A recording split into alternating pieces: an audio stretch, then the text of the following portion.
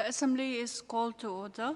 Good morning, good afternoon, good evening, Your Excellencies, colleagues, ladies and gentlemen. The World Health Assembly will now resume its consideration of item 18 of our agenda, report of the main committee. We will first consider the first report of Committee A, which is contained in the document draft A74/60. The report contains 3 resolutions and 3 decisions. One resolution entitled Program Budget 2022 to 2023. Is the Assembly ready to adopt this resolution?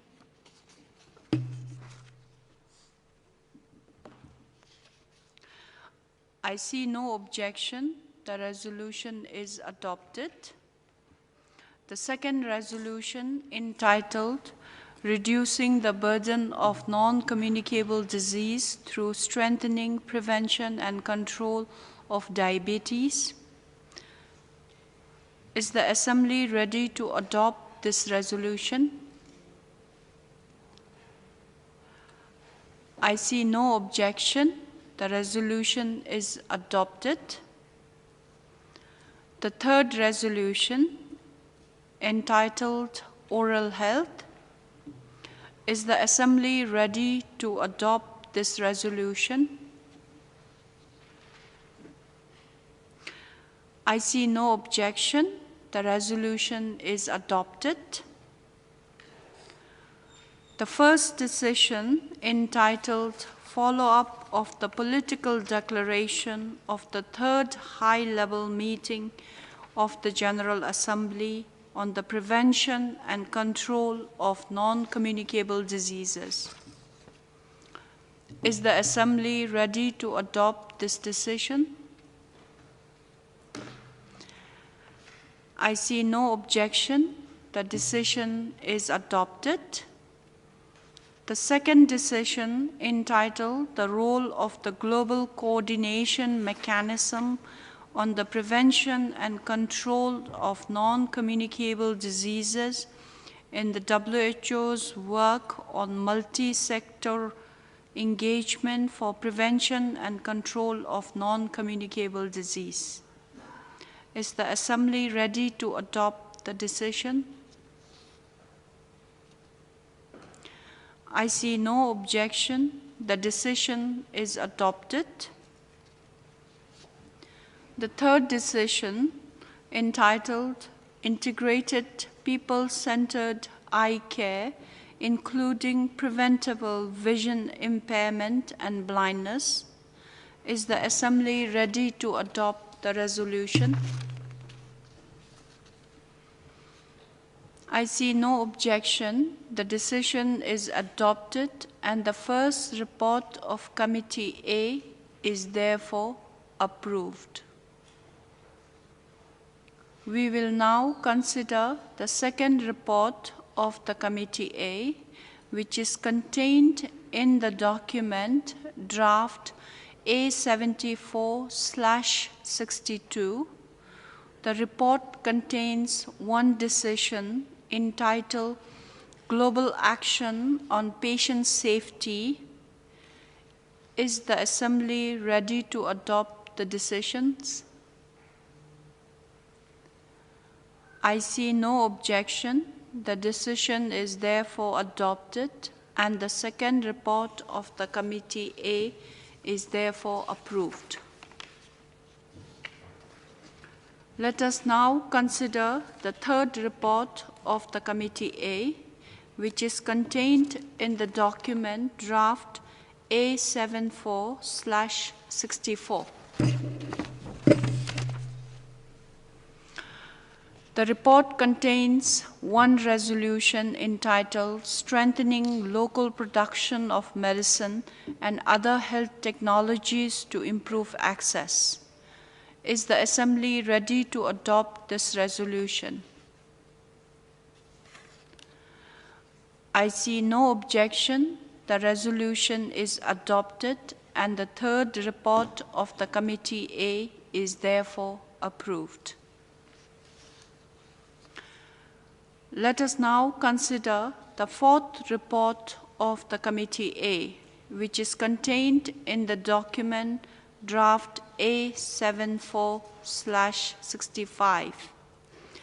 The report contains one resolution and 3 decisions. One resolution entitled Strengthening WHO's Preparedness for and the Response to Health Emergencies. Is the Assembly ready to adopt the resolution? I see no objection. The resolution is therefore adopted. The first decision, entitled Mental Health Preparedness for the Response to the COVID Pandemic. Is the Assembly ready to adopt the decision? I see no objection. The decision is adopted. The second decision, entitled Implementation of the International Health Regulation 2005. Is the Assembly ready to adopt the resolution? I see no objection. The decision is adopted. The third decision, entitled Special Session of the World Health Assembly to consider developing a WHO convention, agreement, or other international instruments on pandemic preparedness and response. Is the Assembly ready to adopt this decision? I see no objection. The decision is adopted, and the fourth report of the Committee A is therefore approved.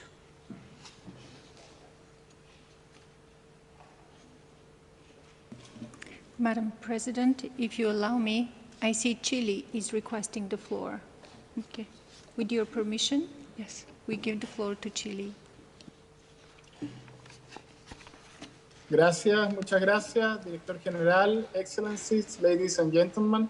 I deliver this statement on behalf of Bosnia-Herzegovina, Iceland, Libya, Moldova, Montenegro, Oman, Paraguay, Qatar, Sudan, Switzerland, Turkey, the EU and its member states, as well as the 26 proponents of the pandemic treaty, Chile, Costa Rica, Croatia, Fiji, France, Germany, Greece, Indonesia, Italy, Kenya, Korea, the Netherlands, Norway, Portugal, Romania, Rwanda, Senegal, Serbia, South Africa, Spain, Thailand, Trinidad, Tobago, Tunisia, Ukraine, and the United Kingdom. We are very pleased that we have reached consensus to pass a decision co-sponsored by more than 60 countries, and which creates a dedicated moment in November 2021 for a special session of the World Health Assembly to consider the benefits of a convention, agreement, or other international instrument on pandemic preparedness and response. In our view, a pandemic treaty under the roof of the WHO is the preferred way forward to strengthen the multilateral health architecture, including the IHR, and to heed the call by so many experts to reset the system. Our discussion at the World Health Assembly, the welcome remarks by the world leaders, and the reports of the evaluation panels have confirmed the time to act is now, and many have spoken out in favor of a pandemic treaty. The open-ended working group established through the WHO Strengthening Resolution prioritized the assessment its finding to the special session. We need to capitalize on this momentum to act now for the next health crisis, or indeed the other crises are around the corner in today's complex and interconnected world.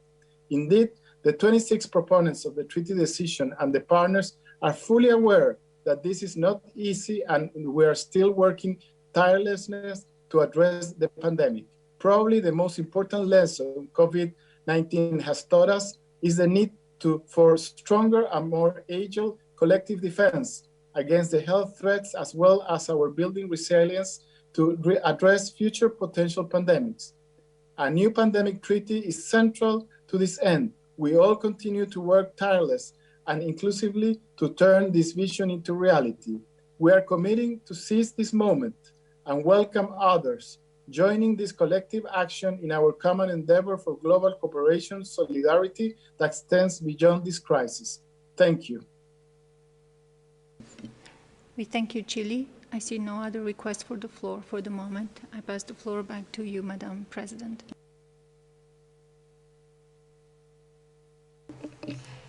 Thank you. Let us now consider the second report of the Committee B, which is contained in the document draft A74/59. The report contains 5 resolutions and 9 decisions. The first resolution, entitled "The Highest Attainable Standard of Health for a Person Living with Disability." Is the Assembly ready to adopt the resolution? I see no objection. The resolution is adopted. The second resolution, entitled "Recommitting to Accelerate Progress Towards Malaria Elimination."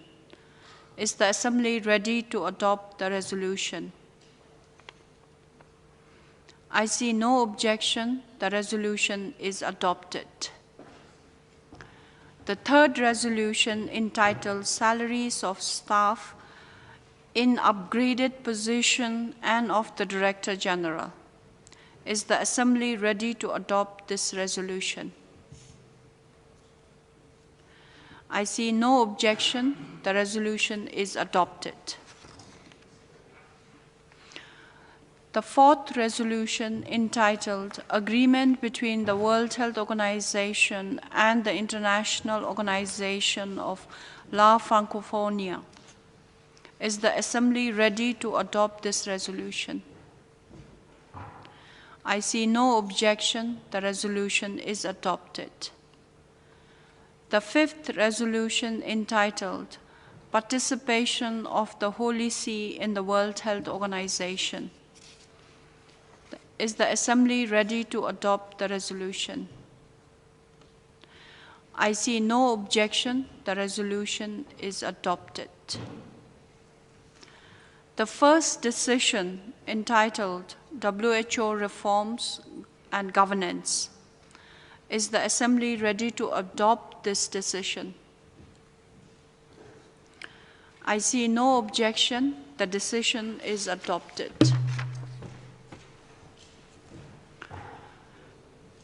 The second decision, entitled "The World Neglected Tropical Disease Days."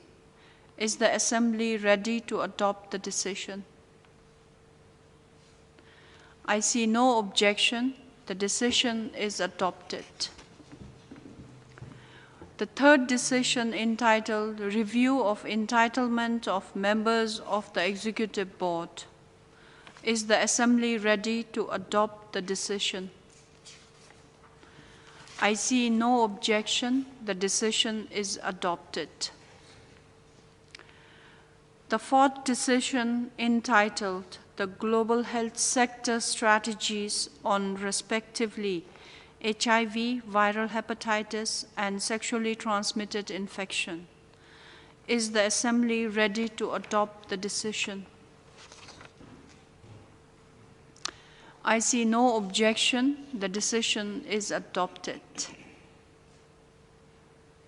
The fifth decision, entitled "Process for the Election of the Director General of the World Health Organization, Candidate Statement and Travel Support." Is the Assembly ready to adopt this decision? I see no objection. The decision is adopted. The sixth decision, entitled "Process for the Election of Director General of the World Health Organization, Contingency Agreement." Is the Assembly ready to adopt this decision? I see no objection. The decision is adopted. The seventh decision, entitled "The Appointment of the Representative to the WHO Staff Pension Committee. Is the Assembly ready to adopt this decision? I see no objection. The decision is adopted. The eighth decision, entitled the WHO Strategy on Health, Environment, and Climate Change, the transformation needed to improve lives and well-being sustainably through healthy environment. Is the Assembly ready to adopt this decision? I see no objection. The decision is adopted. The ninth decision, entitled the role of the health sector in the strategic approach to international chemicals management towards the 2020 goal and beyond. Is the Assembly ready to adopt the decision? I see no objection. The decision is adopted, and the second report of the Committee B is therefore approved. Let us now consider the third report of the Committee B, which is contained in the document draft A74/61. The report contains 3 resolutions and 4 decisions. The first resolution, entitled Scale of Assessment of 2022 to 2023. Is the Assembly ready to adopt this resolution? I see no objection. The resolution is adopted. The second resolution, entitled Protecting, Safeguarding, and Investing in the Health and Care Workforce.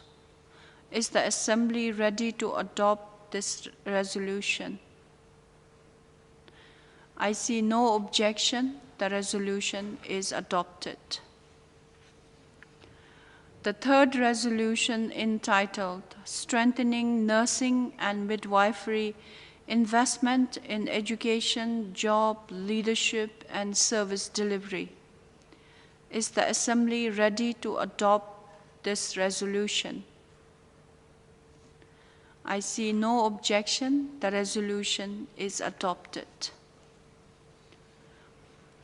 The first decision, entitled Report of the External Auditor.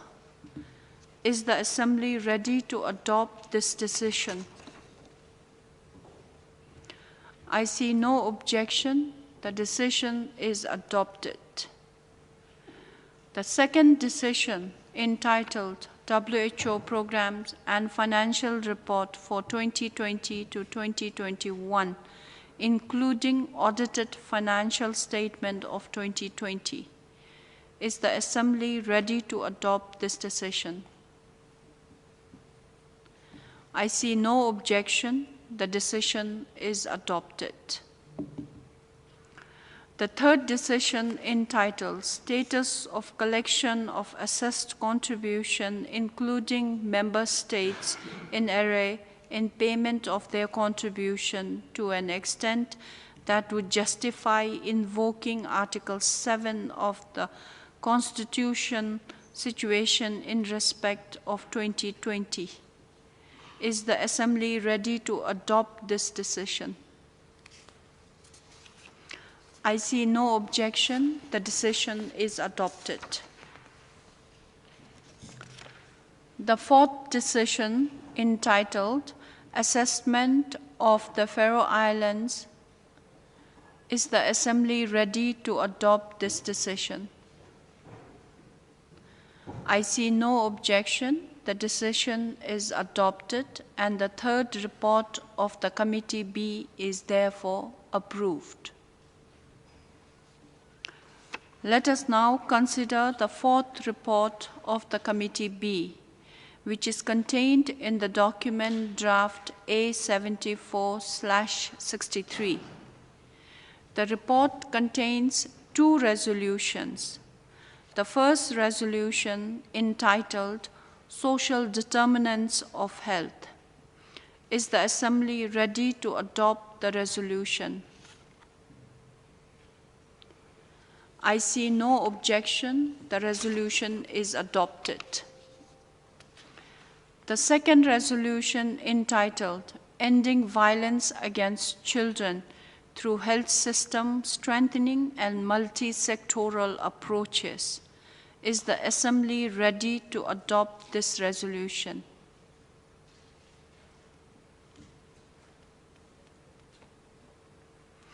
I see no objection. The resolution is adopted, and the fourth report of the Committee B is therefore approved. Madam President, apologies. With your permission, I see that Argentina is requesting the floor. Would you allow me? Argentina, you have the floor, please.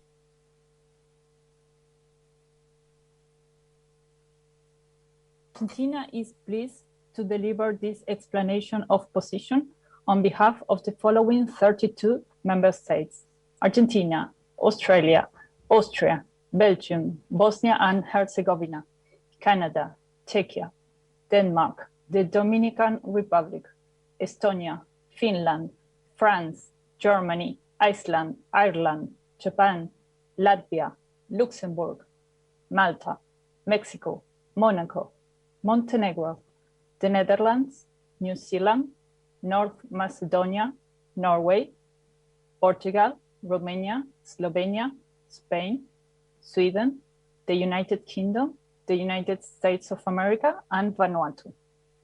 We take the floor to provide an explanation of position on our support for the consensus adoption of this important resolution on our shared commitment to addressing violence against children.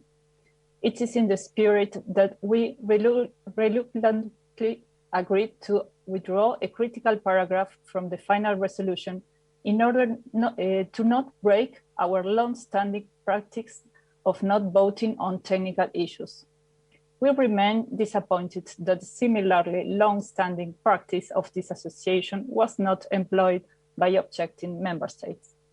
However, we want to take this opportunity to again reiterate our support for comprehensive sexuality education for children to realize their health, well-being, and dignity, to learn how to build healthy relationships, and to build communication, self-protection, and risk reduction skills as a fundamental part of efforts to prevent, recognize, and respond to violence against children. The term comprehensive sexuality education is based on already agreed consensus language used in other UN fora. And we believe we must continue our discussions to evolve our language in the World Health Assembly to this evidence-based standard for the benefit of all children everywhere. Information allows for understanding. Understanding is a pathway to tolerance, and tolerance leads to acceptance, inclusivity, and empowerment. We must be bold and we must act together to continue the discussions that we started during the World Health Assembly to move forward on these important issues as we build back better and meet our shared goal of ending violence against children. Thank you very much. We thank you, Argentina. Madam President, I don't see other requests for the floor. I hand it back to you. Thank you. Thank you, Argentina. This completes our consideration of item 8 of our agenda, report of the main committees. I would like to draw the Health Assembly's attention to the fact that under the provision of the Article 14 of the Constitution, the Health Assembly at each annual session shall select the country or region in which the next annual session shall be held, and the Executive Board will subsequently fix the date and the place. I take it that the Assembly decided that the 75th World Health Assembly will be held in Switzerland. Does the Assembly agree with this decision? In absence of any objection, it is so decided. We shall now consider the last item of our agenda, item 9, closure of the Assembly. I shall invite Dr. Adriana Amarilla of Paraguay, Chair of Committee A, to give us an overview of the work of Committee A. Dr. Amarilla, you have the floor.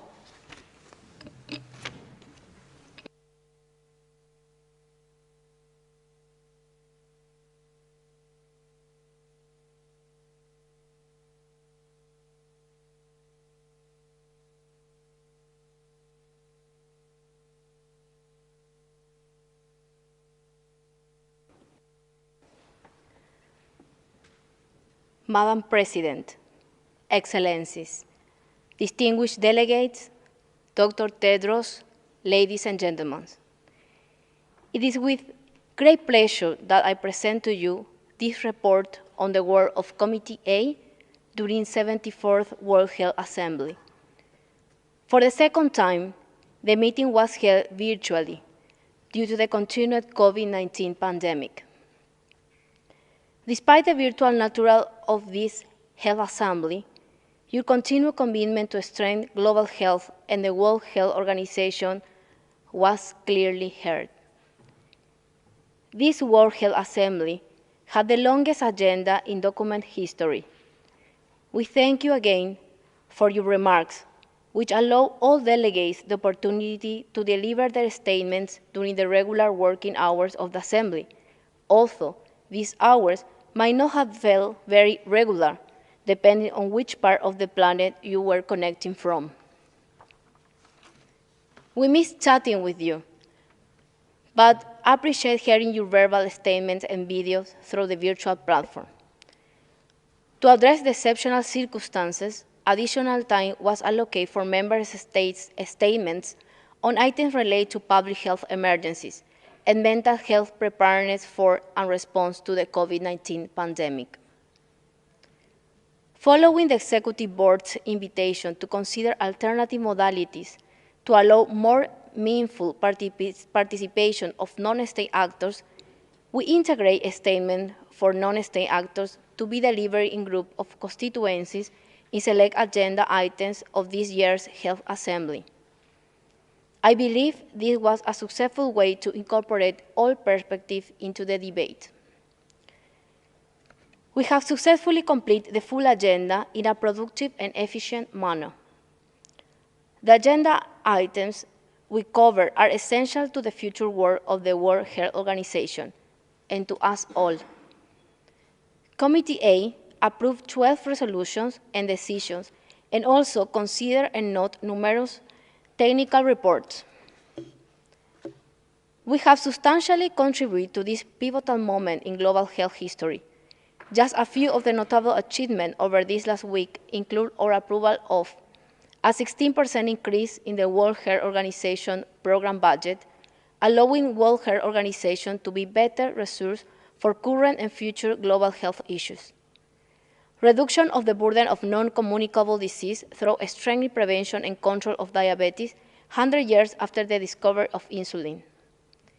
Implementation, monitoring, and evaluation of the Immunization Agenda 2030 to integrate immunization service to reach all people with life-saving vaccines.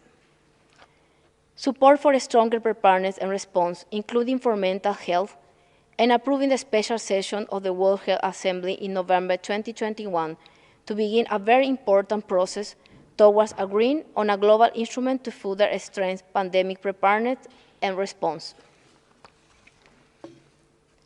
Madam President, Excellencies, distinguished delegates, Director General, and staff of the World Health Organization, it has been a privilege to serve as a Chair Committee A.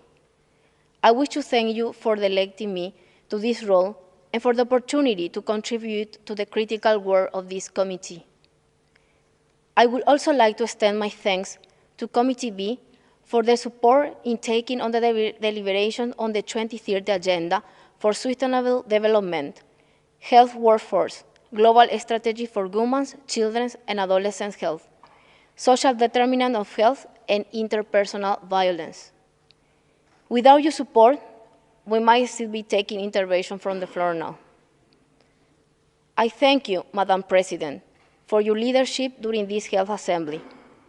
I also commend my vice-chairs, Dr. Sweli Misk from South Africa and Dr. Ali Mohamed Mifat Al-Sinati from Libya, as well as my rapporteur, Professor Plamen Dimitron from Bulgaria. I express my appreciation for the representatives of the Executive Board for ensuring Committee A was well informed on relevant agenda items. Committee A's achievements would not have been possible without the dedication and professionalism of its Secretariat. I would like to thank the Secretariat of Committee A, Carmen Dolea and Ian Roberts, for their guidance, the Assistant Secretary for the grateful moderation, the support office who made the assembly flow smoothly, the wonderful interpreters and translators, the tireless IT team from their incredible work, and all the staff working behind the scenes. To the Director General, Dr. Tedros, the regional directors, and the whole World Health Organization leadership team, I extend my appreciation for all that has been accomplished during this World Health Assembly and through the COVID-19 pandemic, promoting health, responding to emergencies, and serving the most vulnerable on both sides of the river. I would also like to recognize the hardworking staff members of the World Health Organization for their constant commitment to improving the health of all people across the world, and to appreciate this year as the year of the World Health Organization's workforce. Madam President, Excellencies, distinguished delegates, Dr. Tedros, ladies and gentlemen, I wish you good health and look forward to seeing you at our next assembly in 6 months. Thank you very much.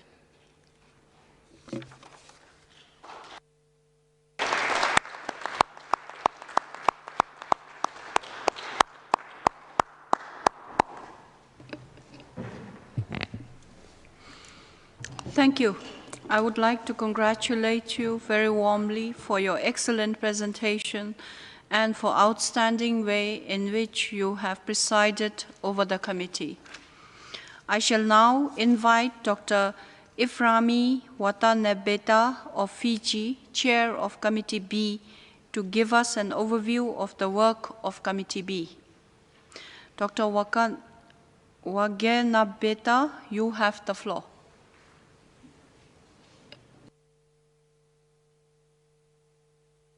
Madam President, distinguished delegates, Dr. Tedros, the Director General, ladies and gentlemen, it is with great pleasure that I present the report of Committee B to the plenary. I'm doing this on behalf of our vice chairs who have been working very hard chairing our committee.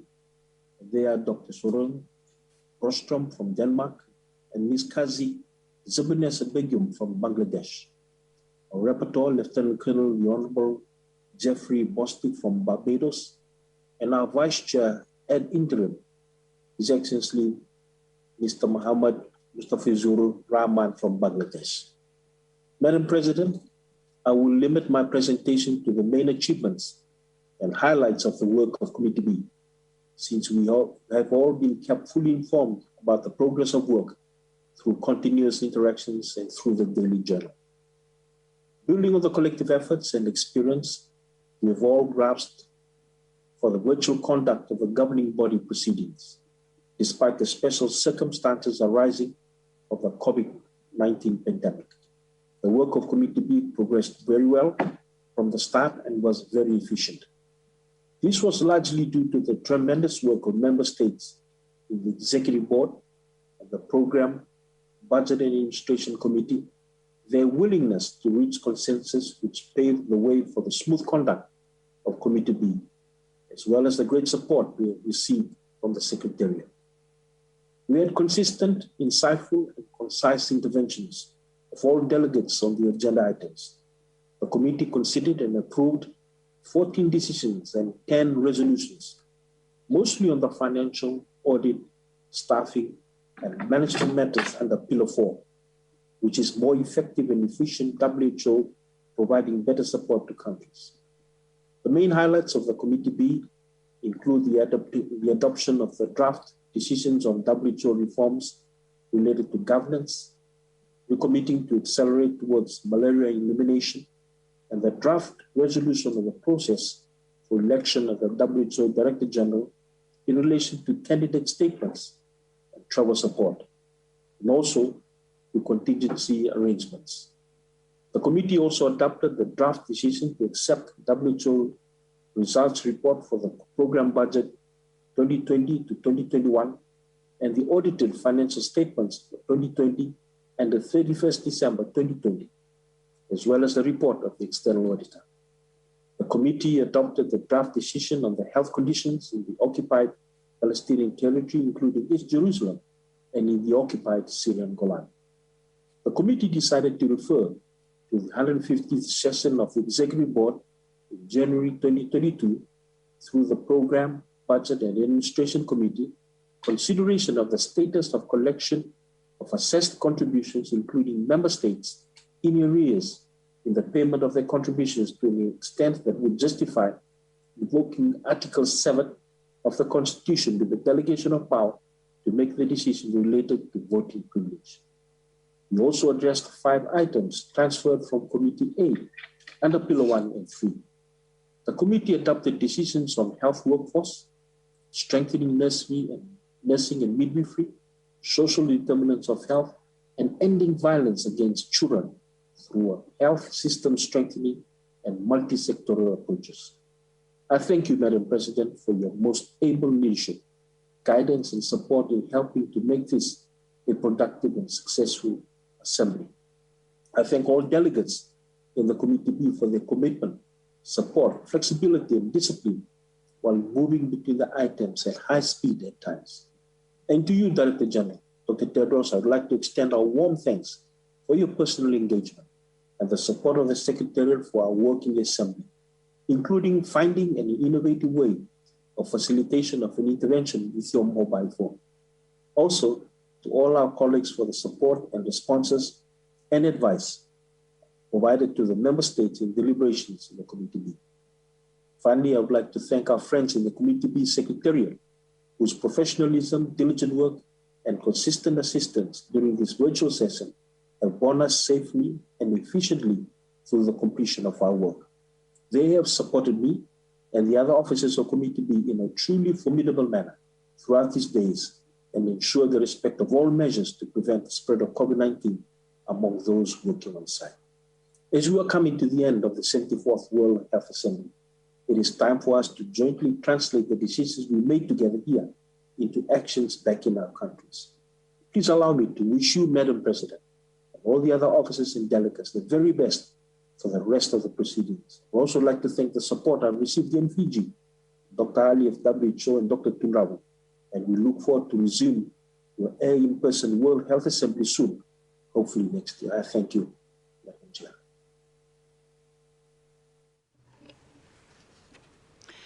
I wish to thank you for your comprehensive report and your contribution to the work of the committee. Now that the main committee have completed their work, including consideration of the Executive Board's report, we are in the position to formally take note of these reports. I take it that the Assembly wishes to commend the Board on the work performed and express our appreciation to the dedication in which it was carried out, the task that is entrusted to it. Is the Assembly ready to take note of these reports? I see no objection. It is so decided. I would now like to hand over the floor to the Director General. Dr. Tedros, you have the floor.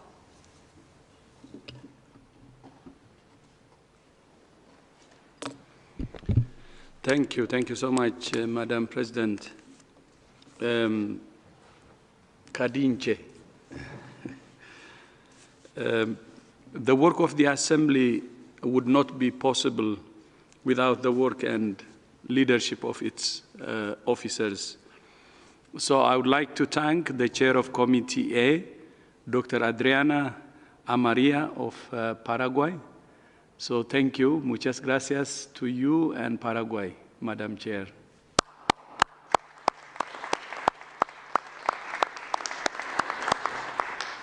And the chair of Committee B, Dr. Ifremi Wangainabete. Vinaka to you, Your Excellency, Vinaka to you and Fiji. Thank you so much for your leadership.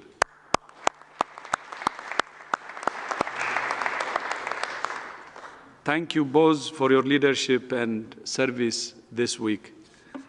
As a token of appreciation, it's my great honor to present a gavel to the chair of Committee A and Committee B. So Dr. Adriana Amaria is with us, so please allow me to present the gavel, and then I will also provide another one to Minister Wangainabete.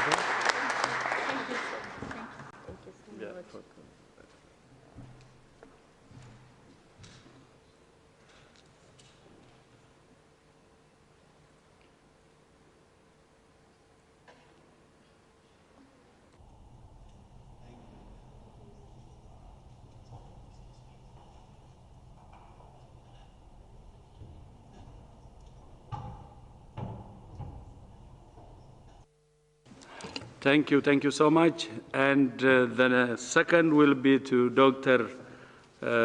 Minister Wangainabete. Again, Vinaka, Your Excellency, and you have your pack also, which will be on its way to you. And thank you so much again for your leadership. Vinaka to you and Vinaka to Fiji.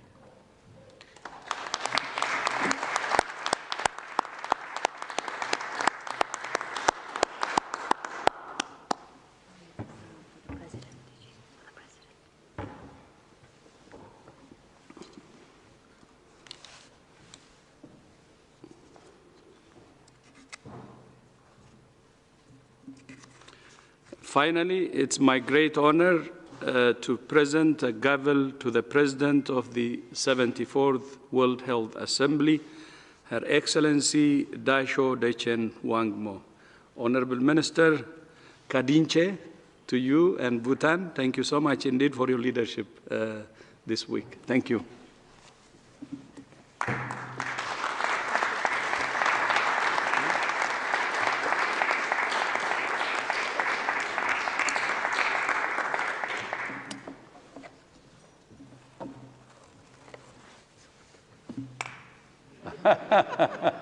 Make some noise. Thank you. Thank you. Thank you. Before I pass it over to you, Madam President, I just want to just say a few words. We had colleagues, actually advocates for climate change, who visited us last Saturday, led by Professor Valérie du Acremont, and I received a letter plus from them and signed by hundreds of public health experts and health workers. And the message is very, very clear. It says in a summary, act now for life to recognize climate change as a health emergency. And not only that, they gave me in the letter, I will read the letter in a few minutes, how our health, human health, is very much similar to planet health. As you know, human health, 37 degrees centigrade is healthy. If you add 2, which is 39, you're sick. If you add further 2 and it's 41 degree will be mortal danger. And then if you add more and it's plus 5 degrees centigrade, 37 plus 5, that's too late. And for the planet, the same. So we need to take care of ourselves and our planet. And then the recommendations they have made is, I will not read the whole letter, but just focusing on the headlines. Number 1 is focus on preventive rather than curative care. Second, promote a more sober and equitable medicine. Third, develop environmental friendly, healthy structures. And fourth, focus on community-based care and support. 5, respect the natural environment. 6, organize information and education. And 7, involve the population and patients in strategic decisions. And in all that, leadership is key, and this is a message to you, which they asked me to pass to all member states. I am glad to have this opportunity to pass it over to you. But I would like to thank Professor Valéry d'Acremont and others who are advocating for human health and planet health. The two are interlinked, and we should act now for life, as they have said, and this should be treated as a matter of emergency, or we have to treat it with a sense of urgency. Thank you so much. With that, back to you, Chair. Thank you. Thank you again for your leadership. Thank you, Dr. Tedros, for sharing that. Distinguished delegates, before we proceed further, I have the honor to welcome our high-level guest who will now address the Assembly. I have the pleasure to invite His Excellency Ham Hedar Ogle Ayava, President of the Republic of Azerbaijan, to give his remarks.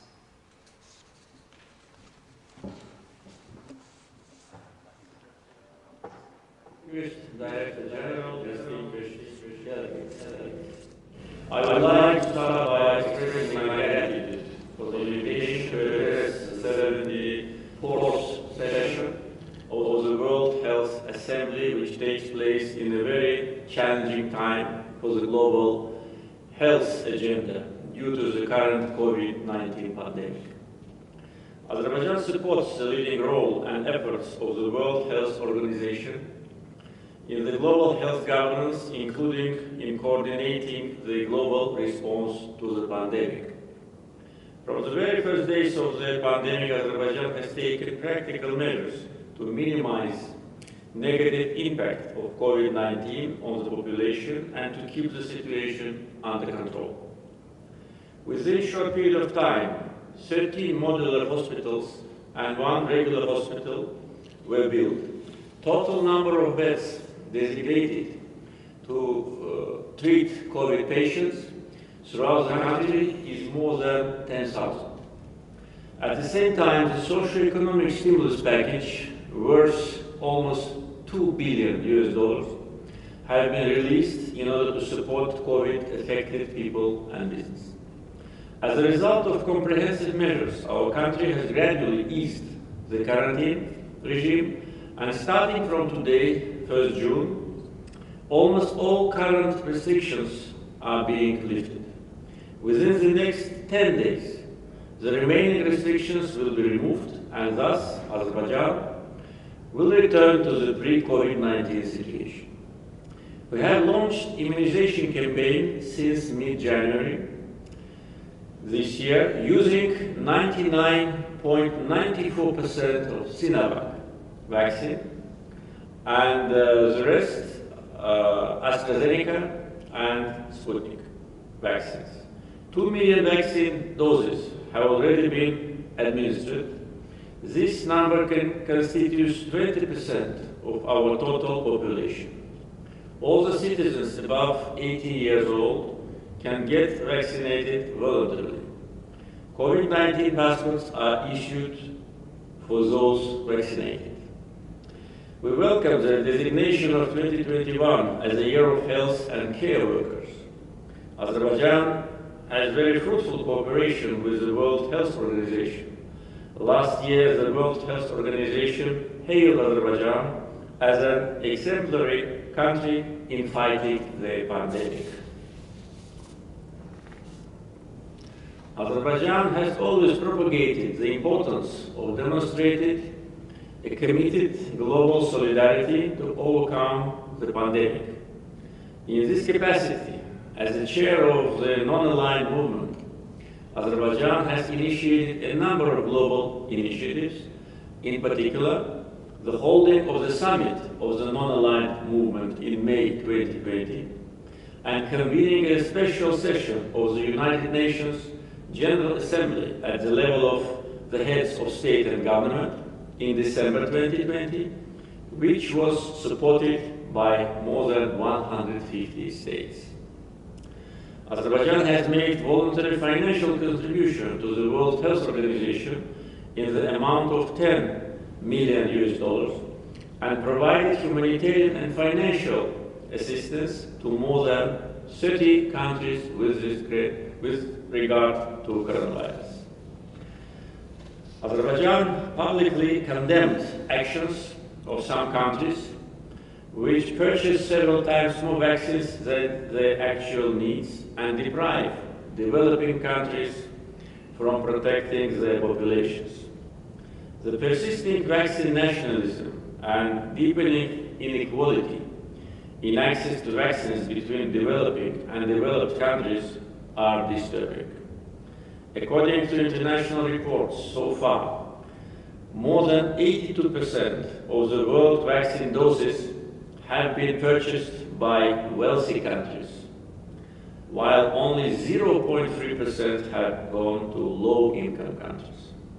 To address this challenge, Azerbaijan, on behalf of the non-aligned movement, initiated a resolution on ensuring equitable, universal access for all countries to vaccines in the UN Human Rights Council, which was unanimously adopted this March. We strongly encouraged developed countries and international donor organizations to support developing, in particular, least developed countries to this end. Thank you.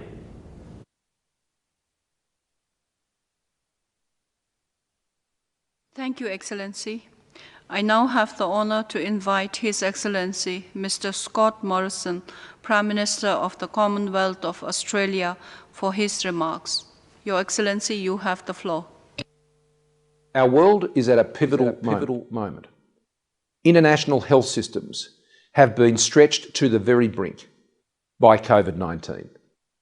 The impact on our peoples and our societies has been truly profound.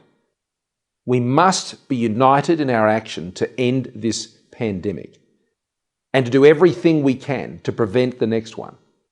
In Australia, our COVID-19 response has been shaped by timely and decisive public health measures based on scientific and medical evidence. As the Director-General said at the beginning of the Assembly, health workers everywhere are doing incredible jobs under incredible circumstances. And on behalf of Australia, we thank you. I also want to thank the World Health Organization and its staff for their ongoing work at the global, regional and national levels. At this very moment, vaccination against COVID-19 is uneven around the world, and so we all need to work together to quickly step up further our efforts to suppress global transmission. Australia is helping with the urgent need to scale up access, delivery and production of vaccines, particularly here in our part of the world. Globally, Australia has contributed some $80 million to the COVAX Advanced Market Commitment. We're providing help and vaccines to the Pacific and Southeast Asia, and includes some $523 million Australian dollars for our regional COVID-19 vaccine access and health security initiative. This initiative is providing doses, technical advice, training of health workers, and cold chain support. We're also working with our Quad partners, the United States, Japan, and India, to expand access to safe, affordable and effective vaccines, contributing some $100 million to provide last-mile vaccine delivery support in Southeast Asia. We agree that dose sharing must be part of what we do to close the COVID-19 vaccine gap. Australia has already provided more than 125,000 vaccine doses manufactured here to countries in our Pacific family, as well as our family in Timor-Leste, with many more to come. As we respond to the crisis today, it's also essential that we learn the lessons of this pandemic. I do welcome the landmark findings from the independent review into COVID-19. Australia strongly advocated for an independent review, and bold reforms have been recommended. We must know how this began to ensure that we prevent another one in the future. I hear the call for greater engagement from the highest levels of leadership, and we must deliver. We need an agile and responsive global health security system, as Australia and I have advocated. It's essential that we strengthen global surveillance and provide the World Health Organization with the authority and the capacity to do this important job for all the peoples of the world. If we are to deliver on this ambitious reform agenda, then we must work together and put other issues aside. Many of the recommendations require WHO action, and I welcome the steps the WHO has already taken, including taking essential action on One Health. We must move quickly, and Australia is pleased to immediately provide the Secretariat with $3 million Australian to take forward this important reform agenda. As the independent panel co-chairs, the Right Honourable Helen Clark, Her Excellency Ellen Johnson Sirleaf have said, we cannot waste this moment. No one will be safe until we are all safe. There can be no delays. Australia will roll up our sleeves to do the hard work needed to make this pandemic the last we would hope, but to ensure that we do everything we can to protect against a future one. And we look forward to working with the global community on the shared challenge ahead. It's up to all of us. We are prepared to step forward and work together.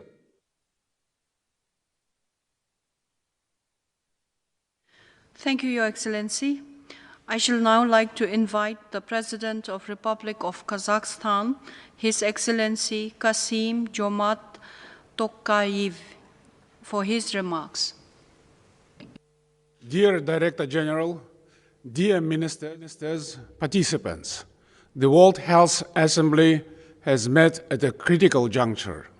For 1.5 years, the whole world has been struggling with the spread of COVID-19. Each of us has felt the impact of the global pandemic. It became an unprecedented stress test for national healthcare systems and multilateral institutions. Throughout the global crisis, the World Health Organization has been actively engaging with member states. With its knowledge, passion, and expertise, the organization has led both developing and developed countries in the fight against the virus. It has brought together scientists and practitioners to produce scientific discoveries and urgently mobilized resources for those in need. Today, standing together at the pivotal moment of the pandemic, this Assembly provides a great chance to chart our future course based on solidarity and collective responsibility. As humanity, we need to learn the hard lessons of the past and present. We fully support proposals voiced by Director General Dr. Tedros Ghebreyesus aimed at reforming the WHO and making it a stronger, more effective, and financially independent international organization. An organization which is able to respond to all future challenges. Ladies and gentlemen, more than 3 decades after the Alma-Ata Declaration on Primary Health Care back in 1978, inequity in access to health care still persists.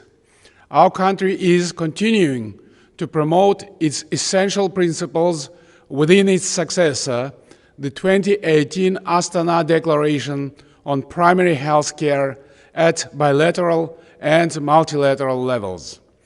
The pandemic made it more than evident that a strong primary health care system is a crucial element of the effective response to any infectious disease. Together with the WHO, we intend to strengthen its regional office on primary health care in Almaty, so it can serve all countries of Central Asia and beyond. To conclude, I once again confirm Kazakhstan's unwavering commitment to the WHO. Thank you. Thank you, Your Excellency. I am delighted and honored to now invite the Prime Minister of Kingdom of Bhutan, His Excellency Dr. Dasho Lodin Tsering, for his remarks. Madam President, Dr. Tedros, ministers, and distinguished delegates, I have the honor to convey the prayers of His Majesty the King, Her Majesty the Queen, and people of Bhutan, the land of gross national happiness. As a medical professional, I am always excited to be part of any event that is dedicated to health and well-being of humanity. And this year, the World Health Assembly becomes even more compelling as we gather to make decisions that are urgent, dynamic, and of huge impact to millions of lives. I've never imagined that I would have to live through such a pandemic in my life. I know this has been the same for all of you. We suffered together, but we will find solutions together. And I draw this confidence to say this from the hard work of Dr. Tedros and his team at WHO. The pandemic may have gloomed the world, but WHO's guidance to respond with scientific evidence, technical support, and moral inspiration has been outstanding. Moving forward, it is a proud moment for Bhutan to be chairing the 74th WHA. I have no doubt that Health Minister Dichin Wangmo will do justice to the responsibility, knowing her passion and experience. I am also happy that she is there to share Bhutan's stories with her counterparts. Last year at this August gathering, I highlighted the need for global solidarity in our fight against COVID-19. The need is felt stronger today as situations worsen by the hour. Bhutan has not experienced the wave yet, but the pressure is building from all corners. We are doing everything possible, but how long can we withstand? Excellencies, the pandemic is a true test of time. Countries are pushed to realize its strengths and weaknesses. You all will agree that one quality that made the difference was the leadership. Bhutan has always been blessed with a leader who is learned, selfless, compassionate, and knows and believes in science. These outstanding qualities of our king secured the country from the pandemic so far. His Majesty takes it as his sacred duty to look after the well-being of all the people living in the country. Ever since the detection of COVID-19 in Bhutan, His Majesty has spent over 90% of his time outside the comforts of the palace. He has been touring all parts of the country to ensure safety and livelihood, coordinate responses, motivate frontline workers, and uplift the spirit of the people. And he leads by example, staying in mandatory quarantine and following protocols in all his travels. As pandemic pushed economies to shrink and thousands to lose their jobs in other parts of the world, His Majesty's wise and practical interventions have ensured livelihood of all Bhutanese within and those returning from abroad. Young people have been engaged in programs that motivate them to serve in the front lines, while others are given opportunities to acquire skills to equip them for future employment. It is also His Majesty's in-depth knowledge about the infection and herd immunity that led to Bhutan's successful first round of vaccination drive. We managed to inoculate 95% of the eligible population within 10 days. Of course, we are thankful to Government of India for the vaccines. However, if these people do not get their second dose of vaccines on time, the advantage of mass vaccination will be rendered futile. Therefore, I would like to draw attention of countries that can support with vaccines for us and for all those who are suffering disproportionately, because the surest protection from getting severe COVID and its dreaded mortality is only through vaccination. As Dr. Tedros profoundly puts it, no one is safe until everyone is safe. As a practicing physician, I have immense appreciation for the scientists and generous investors for putting their brain and money behind the breakthrough. Messenger RNA technology, in addition to the vaccines, will open up its applications in medical science hereafter. Excellencies, while working to see the end of this pandemic soon, we must also be mindful of the consequences if routine health services are not given due attention and if preparation for future pandemics are inadequate. We do not know when SARS-CoV-2 will surface. It will be our fault if we are not prepared. Therefore, moving forward, WHO's role is increasingly becoming invaluable. With all the experience now, we are hopeful that the world will see even quicker and coherent progress in all the health-related domains hereafter. I would like to take an opportunity to say a special thank you to Dr. Tedros for the undeterred service to mankind at this critical time. Generations will remember you with much gratitude. On the similar note, besides the official partnership, the personal care and support we received from Dr. Poonam, from WHO Sero, and the country office in Thimphu made a lot of difference in this battle. Lastly, I would like to assure everyone that during Bhutan's presidentship year, we will do whatever it takes for a happier and healthier world. I look forward to meeting you all next year with the pandemic well behind us. For now, I end with prayers for the lives lost to the pandemic across the globe. Wishing you strength and more courage. Thank you and Tashidele.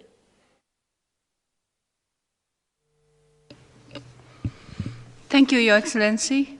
It is my pleasure now to invite His Excellency Muhammad Ashraf Ghani, President of the Islamic Republic of Afghanistan, to give his remarks. Excellency, you have the floor. Bismillahirrahmanirrahim. Dr. Tedros, Excellencies, ladies and gentlemen, the scale and scope of disruption caused by COVID-19 is posing the relevance of the concept of public commons and the tragedy of commons again. The good news is that there is an emerging consensus on the need to look at public health as a global public good in our interconnected world. The bad news is that the behavior of the international community is still marked by practices that, if repeatedly, led to the tragedy of commons, where pursuit of short-term interest by some member causes significant losses to the community.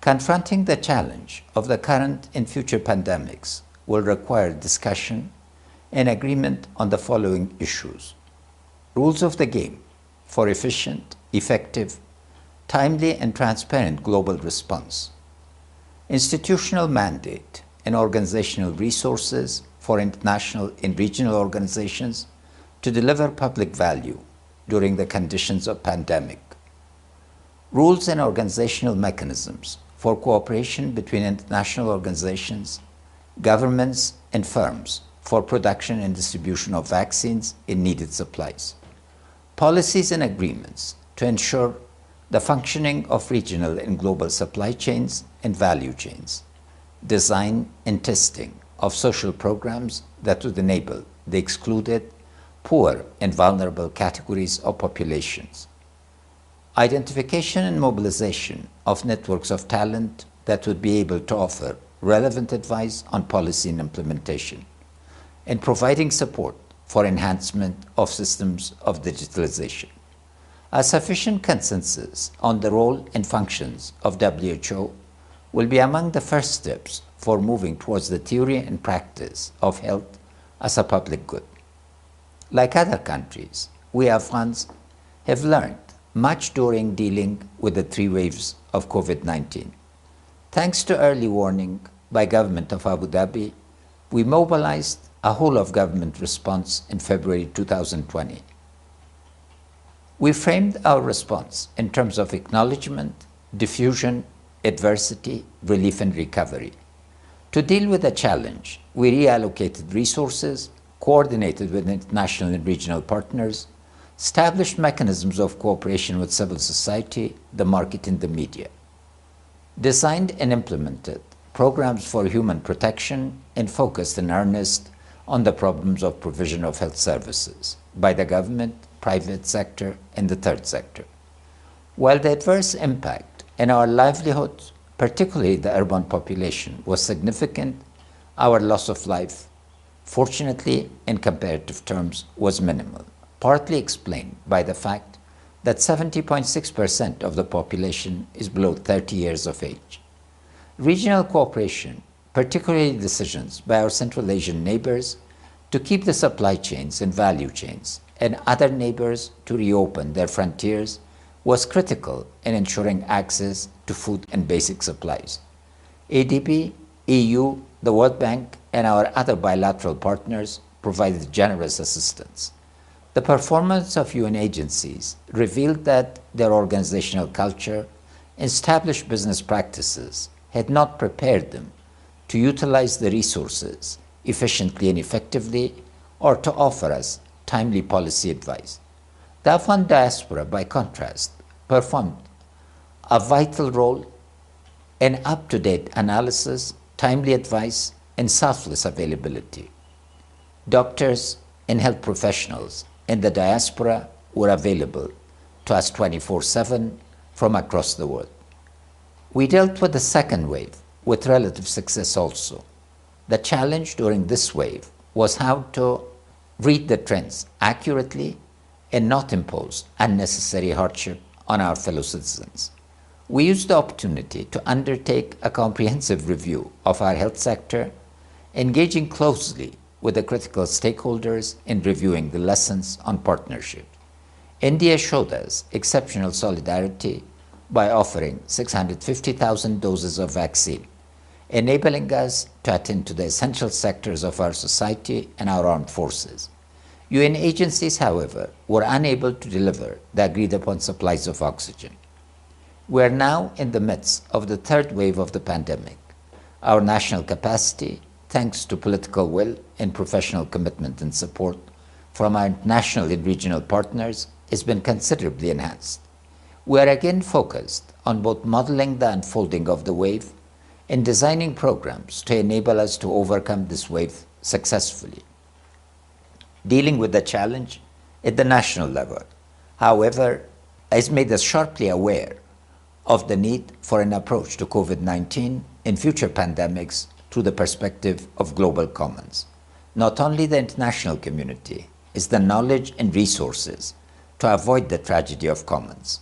The imperative of protecting and enhancing the quality of our lives, livelihoods, and well-being depend on cooperation at the global level.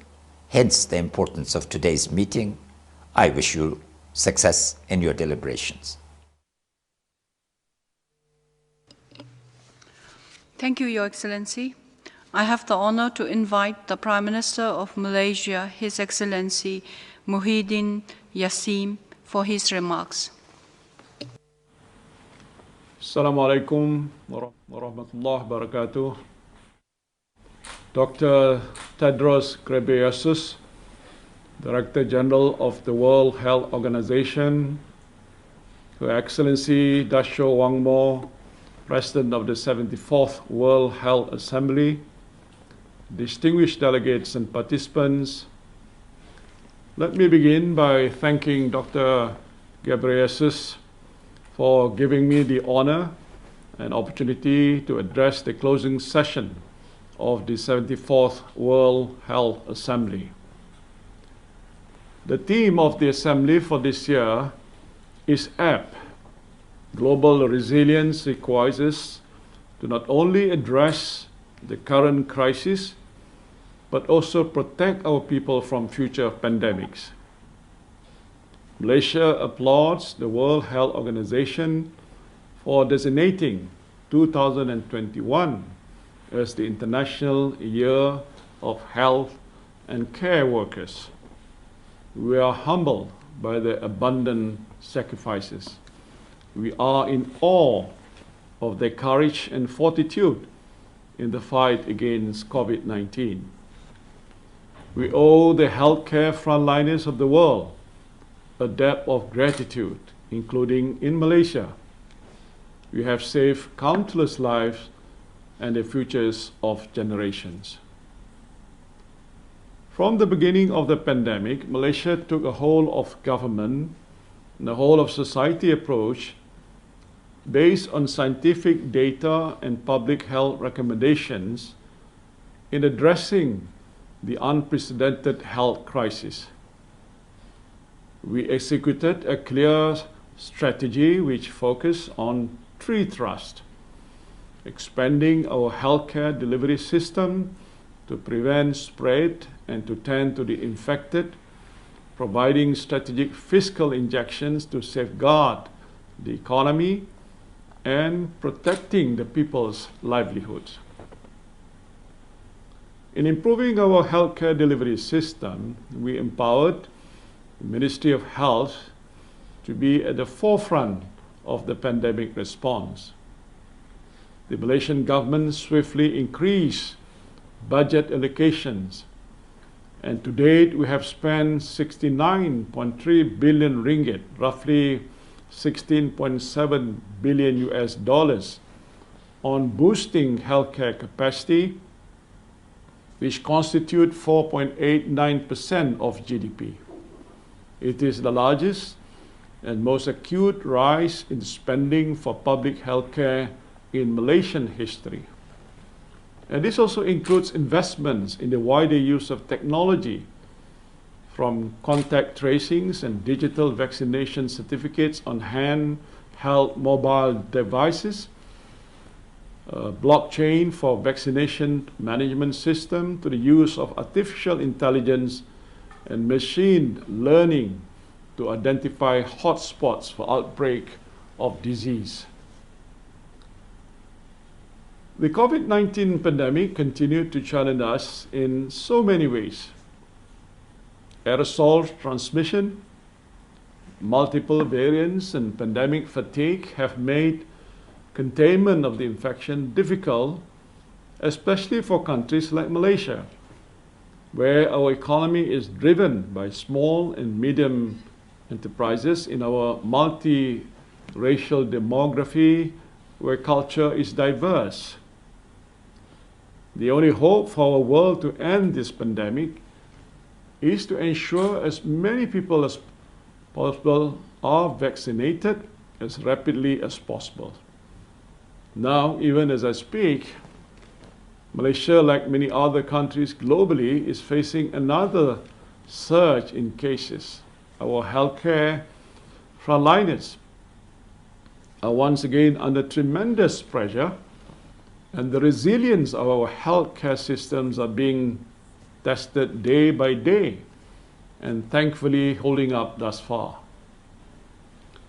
Malaysia reiterates its call for universal access to COVID-19 vaccines. These vaccines must be affordable and accessible to all. We joined the COVAX facility to facilitate the equitable distribution of COVID-19 vaccines globally and commend the WHO for spearheading this effort. I'm delighted to note that Malaysia has started receiving the delivery of the vaccines procured through COVAX. But unlike countries from the West, we have to wait for our supplies initially trickling in, which brings me to this. We can only be safe when everyone is safe.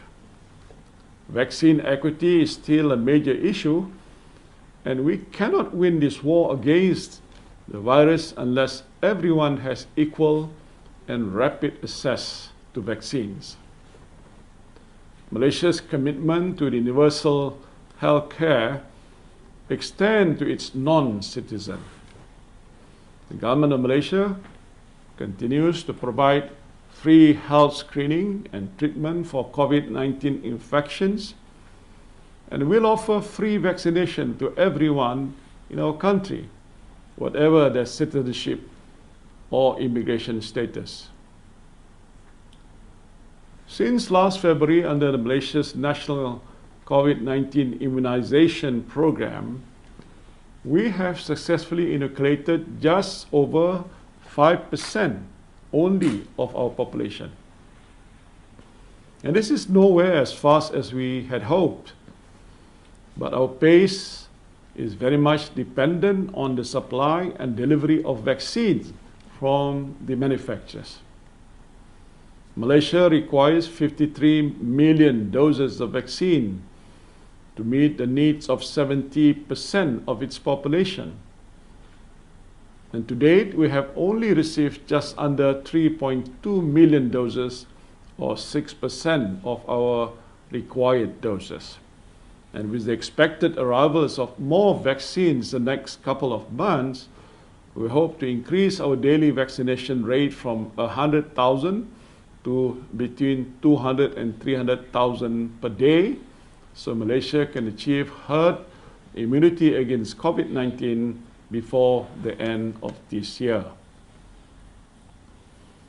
Malaysia is scaling up vaccinations through public and private health partnerships and also implementing many good practices observed from other countries, from the citizen engagement and outreach of countries like Bhutan, drive-through vaccination as in Arizona, USA, to the use of mega vaccination sites from now underutilized convention centers and stadiums, and also done by our neighbors in Thailand and in many other countries in the region. The rollout of the vaccination offers hope for us to win the war on COVID-19. It has already evidently done so much in wealthy countries which have an abundant access to vaccine, but we need all countries to have the same opportunity. Distinguished participants, Malaysia is very grateful for the confidence placed in us by the member states of the Western Pacific region as a new incoming member of WHO's Executive Board.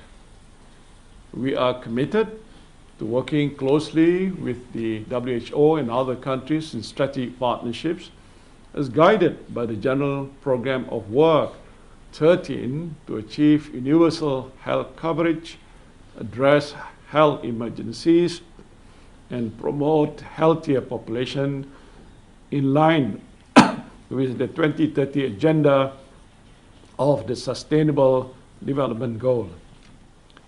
I would be remiss if I did not take this opportunity to address some less mentioned concerns.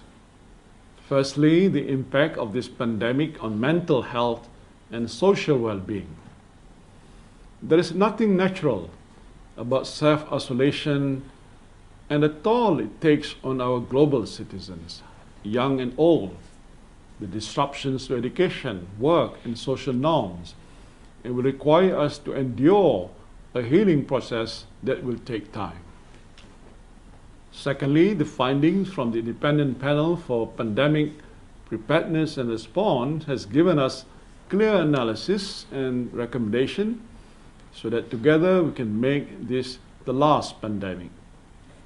While we must commit to taking actions and ensuring multilateral cooperations and commitment to achieve this goal, let us also not forget that the rise in zoonosis and pandemic risk has a direct correlation with transgressions of our planetary boundaries, and our future development must consider the protection and the health of our planet.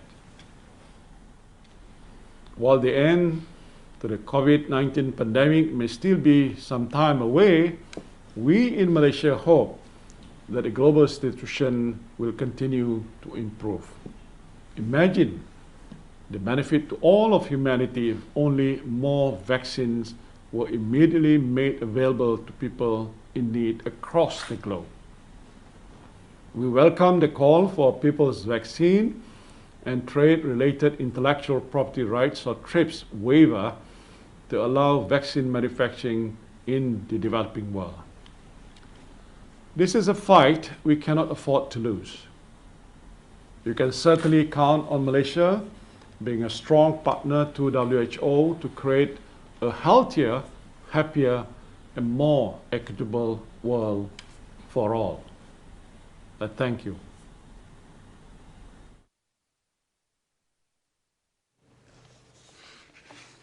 Thank you, Excellency. Finally, it is my pleasure to give the floor to President of Argentina, His Excellency, Mr. Alberto Fernandez, for his remarks. Quiero empezar por agradecer la invitación que he recibido de poder participar en la Asamblea Mundial de la Salud que organiza la Organización Mundial de la Salud. Lo agradezco porque estamos viviendo en Argentina un tiempo muy difícil, como todo el mundo ha vivido y como algunos países también están atravesando este momento tan ingrato de la pandemia que nos toca vivir. La pandemia ha dejado expuesto la desigualdad que reina en el mundo. La concentración del ingreso en unos pocos y la distribución de la pobreza en millones. Pero también ha dejado al descubierto la necesidad de ser solidarios, un concepto que el más cruel capitalismo nos había hecho olvidar. Dice el Papa Francisco con razón que nadie se salva solo y que la comunidad que se organiza es la comunidad que puede afrontar mejor los días que vienen. La pandemia dejó al descubierto que la solidaridad no era la regla y de repente nos obligó a ser solidarios para enfrentar precisamente lo desconocido, porque eso fue la pandemia. Un virus que atacó a la salud y a la vida de seres humanos, de hombres y mujeres que habitan el planeta, pero que también destruyó economías y las hizo retroceder de un modo increíble. Y que también dejó al descubierto dos aspectos, uno muy positivo y otro un poco más negativo.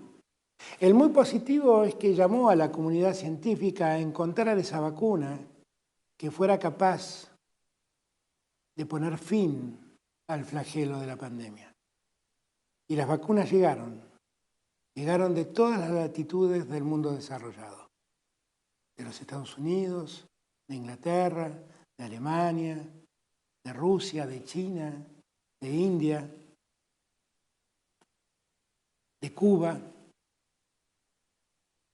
Pero también quedó al descubierto que la producción de esas vacunas no se distribuía por igual en todo el mundo. Y de repente, una decena de países fueron capaces de contener para sí mismos el 90% de las vacunas producidas. Y el resto del mundo tuvimos que ir a buscar vacunas con desesperación para tratar de vacunar a nuestros pueblos. Allí la solidaridad no existió.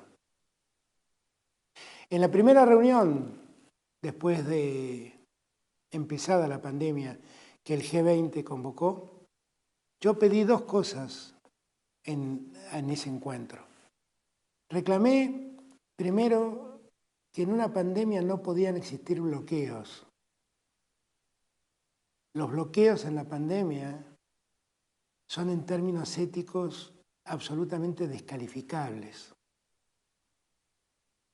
Y hubo países que debieron enfrentar la pandemia en mi continente con bloqueos. Hablo de Cuba y hablo de Venezuela. Y eso es objetivamente una indecencia que el mundo no debe perdonarse.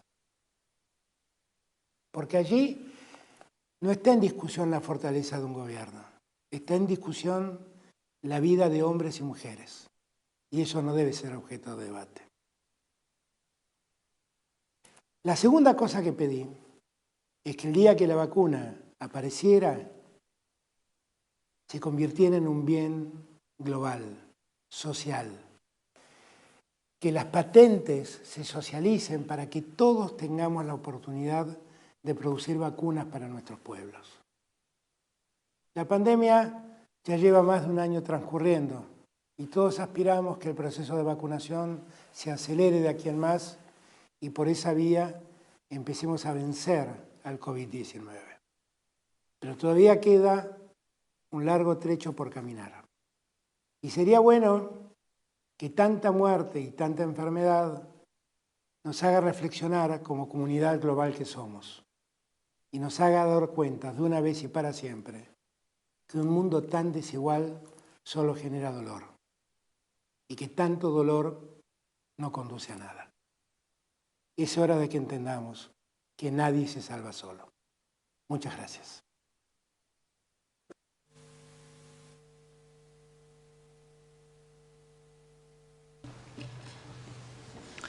Thank you, Your Excellency. We sincerely extend our appreciation to all our high-level guests for making the time to join us. I shall now invite Director General for his closing remarks. Dr. Tedros, you have the floor.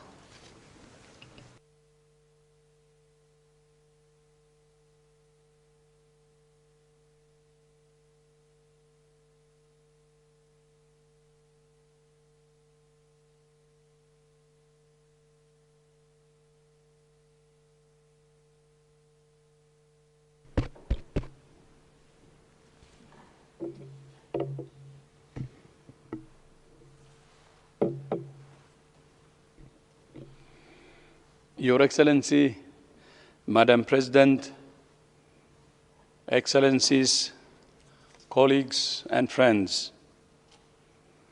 First of all, I would like to thank Your Excellency, Daisho Dechen Wangmo, for your leadership this week and as President of the 74th World Health Assembly. I would also like to thank the chair of the committee, Dr. Adriana Amaria,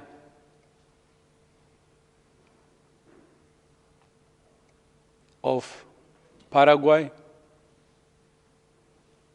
and the chair of Committee B, Dr. Ifremi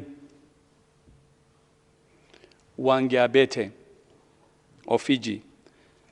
Thank you both for your leadership this week. I would also like to thank all member states for the constructive and collaborative way that you have worked this week to address a full agenda of pressing health challenges. I know that the past week is the culmination of months of work for many colleagues, member states and the Secretariat alike, who have engaged in long hours of consultations, negotiations, and preparations that have resulted in a smooth and successful assembly. You have adopted more than 30 resolutions and decisions on diabetes, disabilities, ending violence against children, eye care, HIV/AIDS, hepatitis, and sexually transmitted infections, local production of medicines, malaria, neglected tropical diseases, non-communicable diseases, nursing and midwifery, oral health, social determinants of health, and strategic directions for the health and care workforce. And this morning, you approved a historic resolution on strengthening WHO preparedness and response for emergencies. I would like to thank all member states for the support they expressed for WHO and for making it stronger. The reports of the IPPR, the IHR Review Committee, and the IOSC are unanimous in their view that the world needs a stronger WHO at the center of the global health architecture. There are many recommendations in each of the reports about how to achieve that, and many of these recommendations require further discussion with member states. As the reports all say, and many member states have emphasized, a paradigm shift in the quantity and quality of funding of the Secretariat is a key issue. Throughout this assembly, many member states have spoken about their reliance on WHO experts at all levels for technical guidance. Our staff really appreciate this. But the reality of our funding model is that many of these expert colleagues are on short-term contracts, and even if they are not, their programs have to be planned in a debilitating cycle of financial ebb and flow. Even in the midst of this pandemic, we face a serious challenge to maintain WHO's response to COVID-19 at its current level. Last week, you heard about WHO's coordination in country, the technical support and guidance we provide, the capacity building and training of health workers, the scaling up of sequencing, the critical supplies, the surge deployments, and much more. It all has to be funded.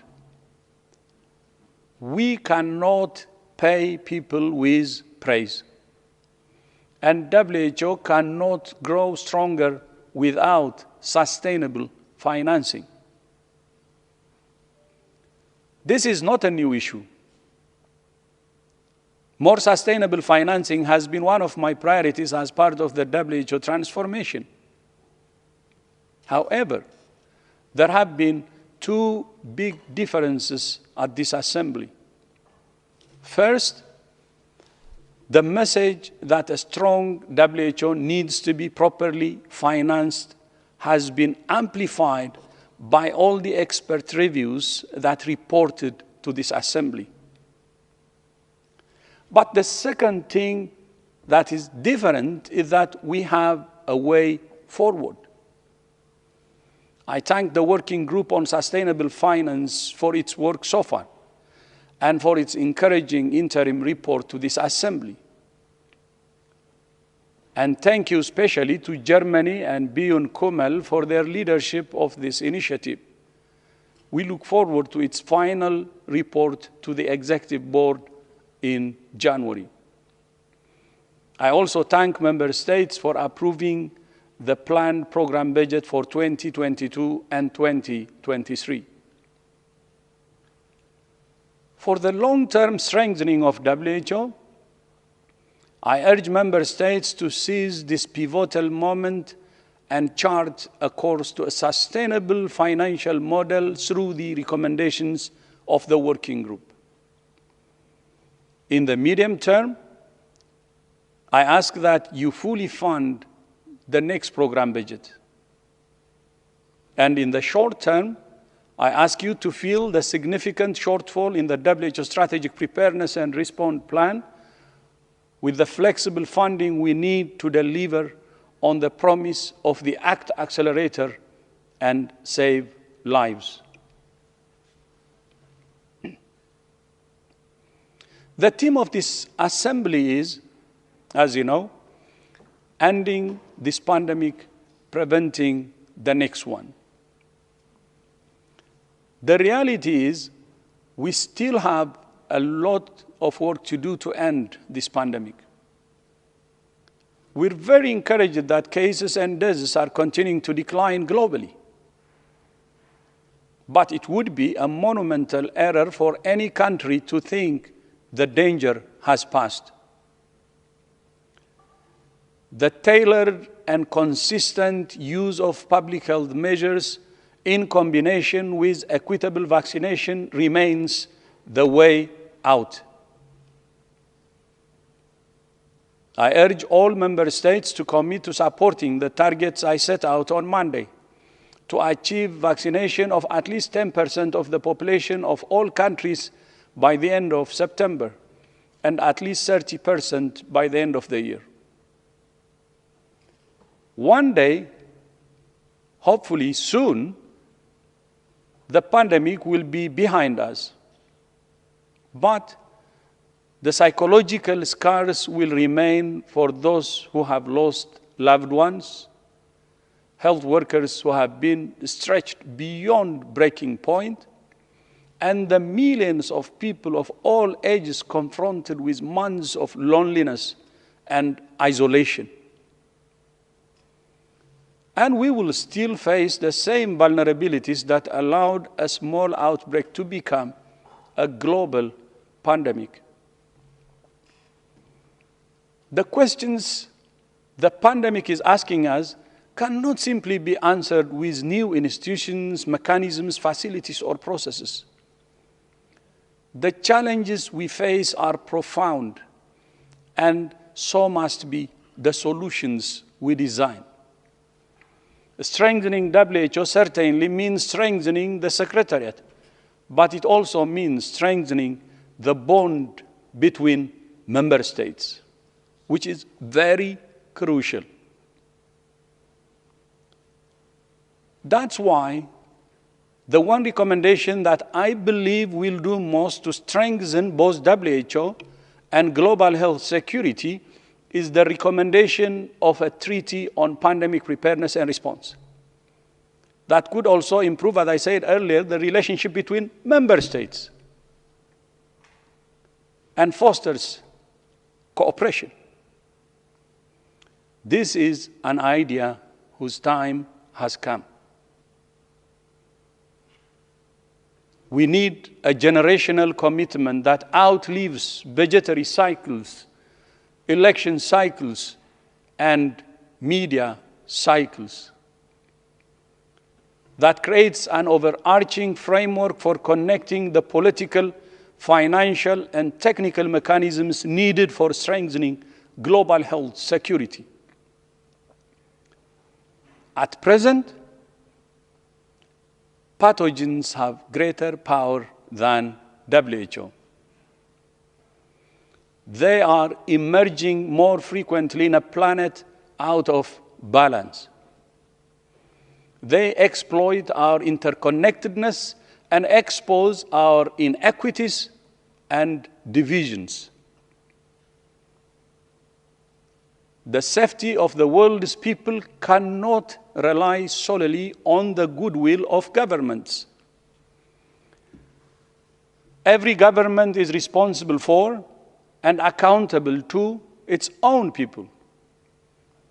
But member states can only truly keep their own people safe if they are accountable to each other at the global level. The defining characteristic of the pandemic is the lack of sharing of data, information, pathogens, technologies, and resources. These are the challenges we are facing, we have been facing since the pandemic started, and even before. A treaty would foster improved sharing, trust, and accountability, and provide the solid foundation on which to build other mechanisms for global health security. For peer review of national capacities, for research and innovation, for early warning, for stockpiling and production of pandemic supplies, for equitable access to vaccines, tests and treatments, for an emergency workforce, and much more. A treaty is a promise to future generations to sustain political and financial commitment. Crucially, an international agreement of any kind must be designed and owned by all member states. All. It must be truly representative and inclusive. It must be thorough and carefully considered. But it must also be urgent. We don't have time. There is no reason we can't do both. We must seize the moment. In the coming months and years, other crises will demand our attention and distract us from the urgency of taking action now. If we make that mistake, we risk perpetuating the same cycle of panic and neglect that has held us to the point. We appreciate the strong support expressed by dozens of member states for the idea of a global agreement on pandemic preparedness under Article 19 of the WHO Constitution. More than 60 countries have sponsored it, as the ambassador of Chile said earlier. We look forward to discussing this idea further with member states at a special session of the World Health Assembly in November. You, our member states, have demonstrated this week that with commitment, hard work, and a willingness to compromise, to cooperate, it's possible to find common ground, even on issues where there are deep differences of opinion between you. That same commitment and willingness is needed now. Pandemics are a threat to all of us, so we must work together to build a healthier, safer, fairer future for all of us. The pandemic has taught us many lessons. Among the most important is that when health is at risk, everything is at risk. But when health is protected and promoted, individuals, families, communities, nations, and economies thrive. That we all know. So we call on all member states to enshrine the right to health in their constitutions, as indeed many have already done. But the right to health cannot, must not become an empty slogan. It must become the experience of every person in every nation. Madam President, you said in your opening address to the Assembly that leadership is hard to define and harder to find. This is a moment for exceptional leadership, for doing the unusual and the unprecedented. We must approach the future with open eyes and open arms. As the Bhutanese proverb goes, I quote, "If you want to action great ideas, you need to apply the strength of a Himalayan mountain," end of quote.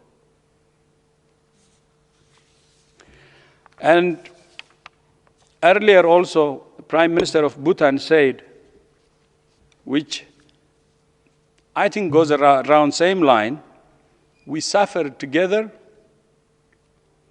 we find solutions together. Kadinchi, shukran jazilan, shishe, merci beaucoup, muchas gracias, spasiba balshoi.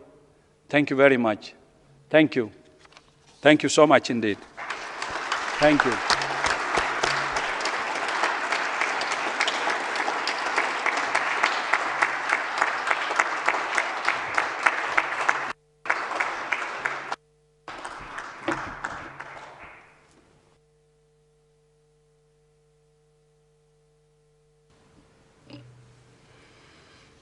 Thank you, Dr. Tedros, for that inspirational speech.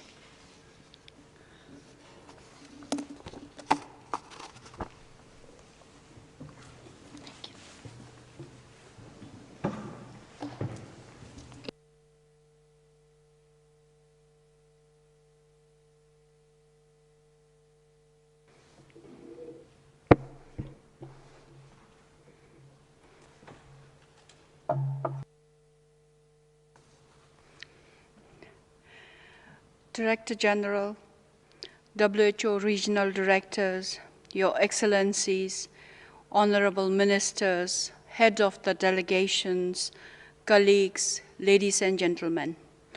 I would like to take this opportunity to make a very brief remark as this session of the Health Assembly draws to a close. It is a profound honor for my country, Bhutan, and for me personally to serve as the President of the 74th World Health Assembly. I've been humbled by all the messages of congratulations and support that you have offered when we opened the Assembly here in this room, and at the same time opened in all your rooms around the world. So please allow me to offer my gratitude in return to all of you in joining the meeting today by the Zoom platform for successfully co-staging this event. For many of you, it has been not easy. You have worked long and often inconvenient hours in small, often inconvenient space, isolated from each other, overcoming local challenges that are no doubt as varied as each of your personal environment and each of your individuals. You have my solidarity, respect, and deep thanks for making this arrangement work. It was critical that we met together over the last 8 days to discuss the pandemic and more profound threat to have faced humanity in the last century. Critical that we find a way to agree some common solution to the pandemic, and critical at the same time to address a greater number of technical, budgetary, administrative, legal issues relevant to international public health than any previous assembly have ever included in its program. As a result, we have achieved a lot. Previous speakers today have already identified a number of highlights, so I will not offer a competing list, but rather everything we have agreed to do together is important. For my part, I commit to working resolutely to help Bhutan play its part. As the President of the Assembly, I am very proud of the outcome of our discussion. I am proud of all of you for your many contributions to drafting resolutions and decisions, for negotiation undertaken late into the night in the days, weeks prior to the Assembly, and for your flexibility, patience, dedications, passion, as we talked in through 3 virtual spaces over the course of the last 8 days. These instruments, agreed by you all on behalf of the government and the people you serve, will make the world a better, happier, and a healthier place, and I thank you sincerely. If I am permitted, a small note of concern in relationship to the Assembly. It would be for the occasional dotting of the member states' intervention with comments of political nature. As a president, I have seen and felt the effect that these comments have on our member states and on our debates. It used to be that we, as national global health leaders, given the honor and the responsibility of charting the future course of international public health, would leave at the doorway as we came into the consideration of the partisan or political nature, and in this forum offer each other only science and humanity and seek only collaboration and wisdom. My friends, it seems to me that this wonderful convention have been put under greater and greater strain over the course of the last few assemblies.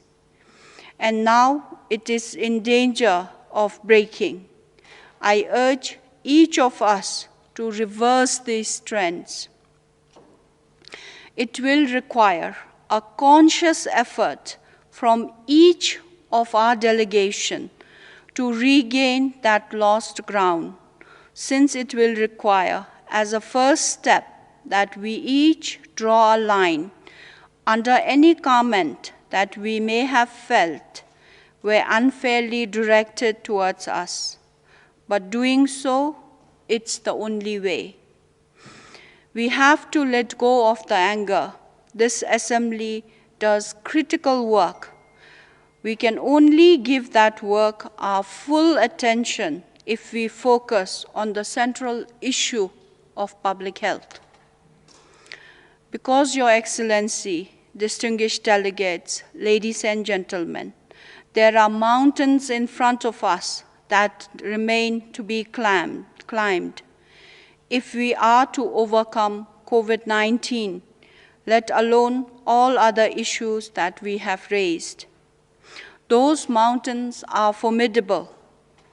Diagnostics, therapeutics, vaccine must be manufactured, distributed, and deployed. Healthcare workers must be trained, resourced, protected, and supported. Billions of large and small conversations are needed with patients, with their families, citizens, staff, and private sector. And all of these need to happen as quickly as possible, while we continue to generate evidence and learn from it, and while maintaining empathy, compassion, and respect for each other. For these, we will continue to need each other. Never has the world felt as big, yet so connected. In that vein, I am personally grateful to so many individuals and groups for their help during the assembly. To my 5 vice presidents, Professor Benjamin, Mr. Ekman, Dr. Hanan, Mr. Tanel, and Dr. Amarilla, and to the chair of Committee A and Committee B, Adriana Amarilla, Dr. Ifani, as well as the vice chair and the rapporteur. Thank you all for your support in guiding the assembly. I would exceptionally like to recognize the 2 committees chair and the vice chair. Thank you for your wonderful interpretation, who do difficult job exceptionally well, making it possible for all of us to communicate seamlessly across 6 languages. I thank all the interpreters. Thank you to the WHO staff who have worked tirelessly here in Geneva to prepare for and support this assembly. Those staff includes the team in the governing bodies, legal, conference system, and the IT section. The job they do is not easy. I also thank the WHO regional and country office staff for the extraordinary effort they have made to assess our work. To my friends and colleagues in the health ministries, thank you again for your hard work and perseverance. I wish you courage and good fortune in the days ahead. Last but not the least, to Dr. Tedros, thank you for your unwavering leadership, your energy, and your positivity at the time of global crisis. I look forward with hope to the time when we are all possible for us to meet in person again, perhaps at the special session of the Assembly later in 2021. In the meantime, please let me convey the good wishes of His Majesty the King, the royal government, and the people of Bhutan, and offer my prayers for you and those around you. Thank you again for the collaboration and the platform. Tashidale.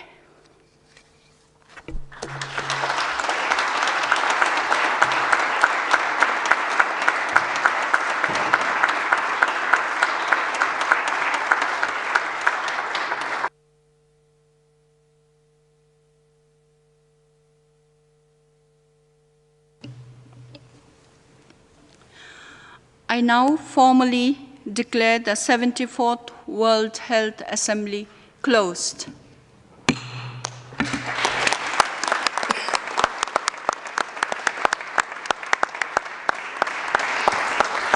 Universal health is you and you and you. Universal health is you.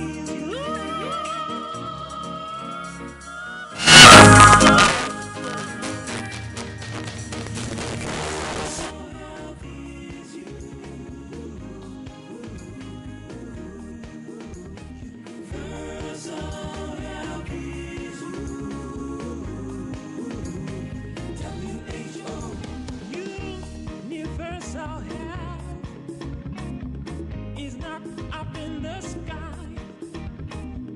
It is not in the stars. It is not in the stars.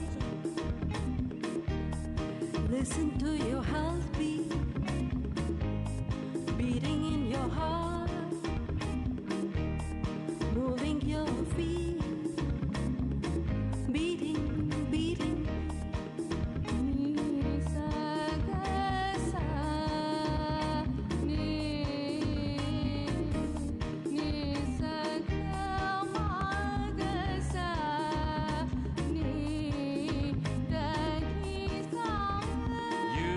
Universal health is not up in the sky. Universal health is in you and I. It is who, it is who you are. It is who, it is who you are.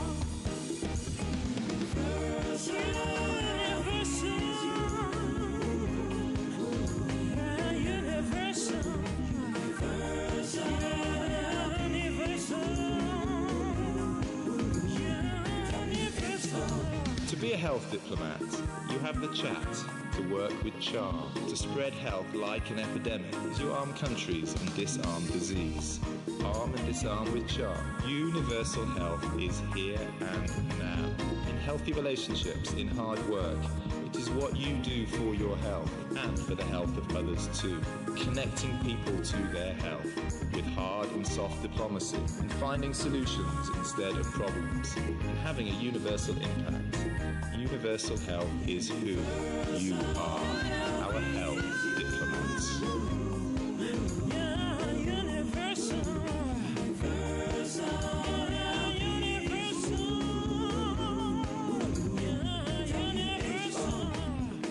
Universal health is here and now.